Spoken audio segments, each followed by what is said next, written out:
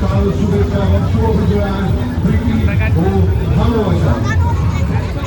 আসছে বছর আবার হবে, এই আমাদের পরিকল্পনা থাকে। এই বছর পেরিয়ে সামনের বছর আবার আমরা সবার ভালোবাসা নিয়ে এগিয়ে যাব 2025 সালের।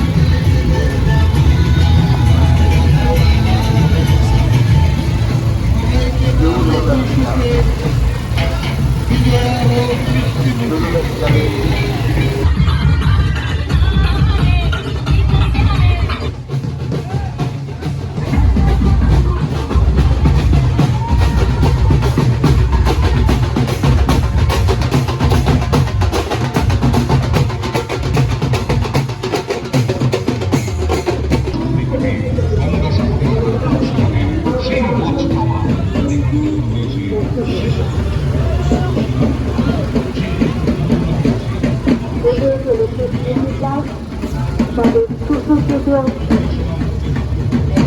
প্রবর্তন নিয়ে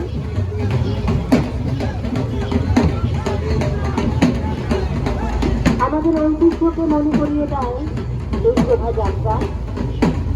রাজন্য আমলে এই শোভাযাত্রা একসময় রাজ্যবাসী তা দেখেছেন।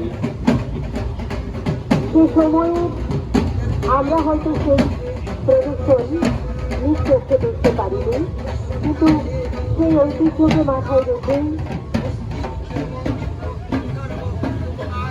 এবারে ওই মায়ের বামন ওই রাস্তা ধরে এগিয়ে চলেছে।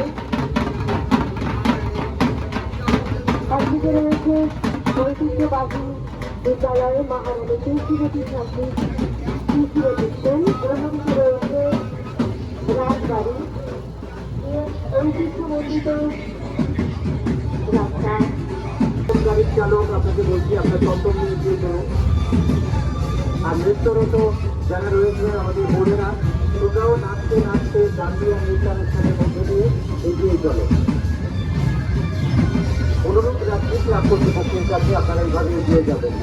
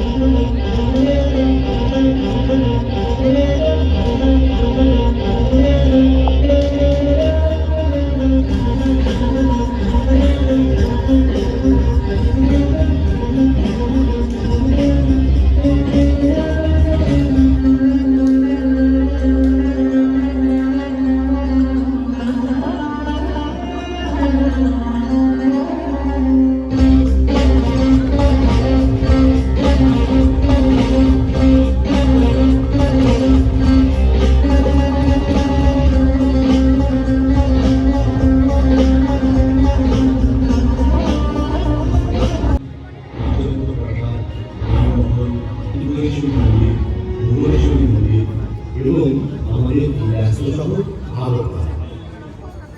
এর মধ্যে 1948 সাল প্রতিষ্ঠা হলো এগিয়ে চলে সংঘ।